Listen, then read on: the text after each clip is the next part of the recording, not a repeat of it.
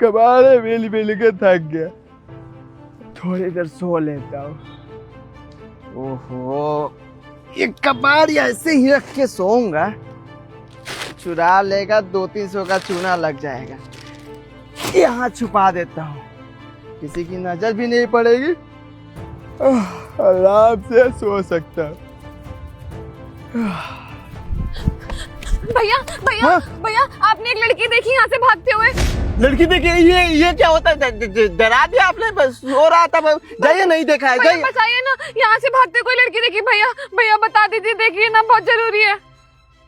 Madam जी, आप पागल वागल तो नहीं है ना? जाइए ना, मुझे सोने दीजिए। भैया भैया समझने की कोशिश करिए, बहुत जरूरी है, बताइए ना। लड़की, लंबी सी लड़की है, काले रंग के कपड़े पहने उसने, आपने देखा क्या भागते हुए यहाँ से? कहीं इधर से गुजरी हो? काले रंग के, वो काले रंग के कपड़े। हाँ, बाल खुले हुए थे, काले रंग की लंबी सी लड़की, बताइए ना भैया। देखिए, हमको साफ साफ तो याद नहीं है, पर शायद इस तरफ एक लड़की गई थी। इधर इधर? हाँ, इधर। ठीक है। हे भगवान, कैसी लड़की थी यार। सो भाई,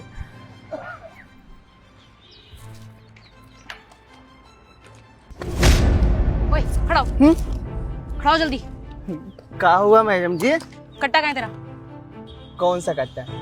एक घुसंट मारूंगी खींचे। जिस कट्टे में तू कबाड़ा बीनता है, वो कट्टा कहाँ है तेरा? कबाड़ा बीनने वाला आपको कट्टे की जरूरत है? अरे क्या बात है, क्या है उस कट्टे में? देख मेरी बात सुन, उस कट्टे में ना एक मेरा बहुत जरूरी सामान रखा हुआ है, और तू मुझे वो सामान दे दे, मैं बदले में ना तुझे पूरे 50,000 रुपए दूंगी।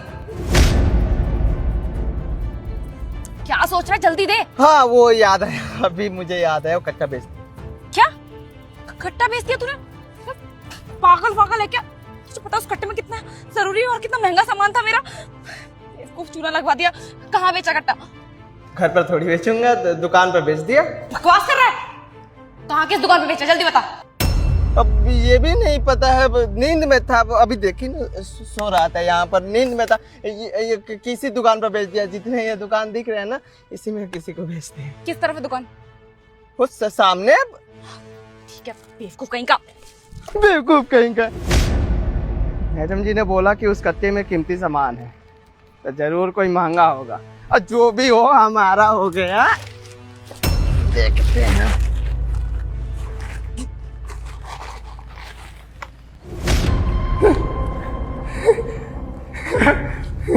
इतने सारे पैसे, ये पैसे मेरे हो गए। हाँ, ये पैसे मेरे हो गए।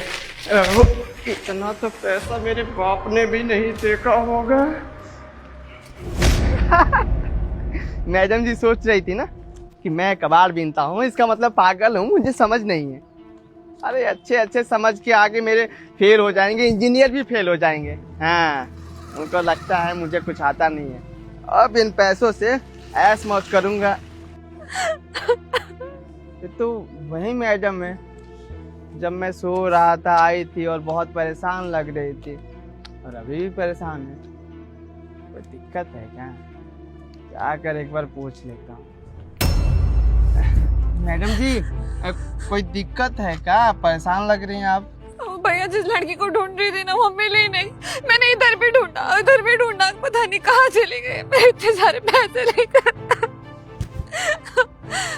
पता है वो पैसे मैंने बहुत मुश्किल से जमा किए थे। भाई छोड़ी थी अपनी माँ के इलाज के लिए, और माँ के इलाज के लिए बैंक से पैसे निकाल के बस अस्पताल में जमा करने जा रही थी। पता नहीं अचानक से आई और मेरे हाथ से इतने सारे पैसे लेके भाग गई। मैंने पकड़ने की कोशिश करी, शोर मचाया, चोर चोर चोर चिल्लाई भी, लेकिन किसी ने मदद भी नहीं की। अब मुझे नहीं समझ आ रहा मेरी माँ का इलाज कैसे होगा, मैं क्या करूंगी, समझ नहीं आ रहा कुछ भी।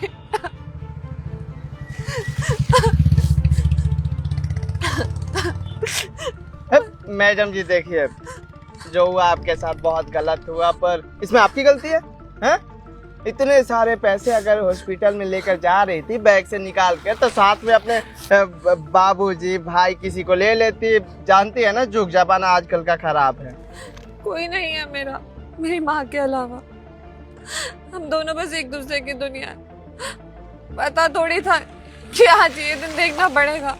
आज महसूस हो रहा है कि काश बाबा होते, कोई मेरा भाई होता, वैसे मैं लाचार महसूस ना करती। मैं कैसे बचाऊंगी अपनी माँ को? मुझे कुछ नहीं समझ में आ रहा, कहाँ जाऊँ, किससे मदद की गुहार लगाऊं? शांत हो जाइए मैडम जी। देखिए आपके साथ जो हुआ बहुत गलत हुआ, पर क्या ही कर सकते हैं। आप एक काम कर सकते हैं, जाइए पुलिस स्टेशन, जाके कंप्लेन कर दीजिए, शायद चोर मिल जाए और आपके पैसे भी मिल जाए।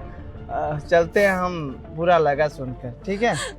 क्या ही करेगा पुलिस स्टेशन में भी। राहुल तू ये क्या कर रहा है? जो अपनी माँ को वचन दिया था उसको भूल रहा है तू? तेरी माँ मर गई है पर वो सब कुछ देख रही है। तेरी माँ तुझसे बोली थी ना कि बेटा भले ही अपने जिंदगी में कबाड़ा बिल्लियों कोई भी काम करियो पर किसी को तेरी वजह से तकलीफ नहीं होना चाहिए। मैडम जी 7 लाख रुपए थे ना? हाँ हाँ 7 लाख रुपए थे। तू कैसे मालूम भैया? हमारे पास ही पैसे हैं। आप गलत मत समझिएगा, हम चोर नहीं हैं, बस हमारे पास पैसे आ गए। ये इतने सारे पैसे ये आप ही क्या है ना, पकड़िए।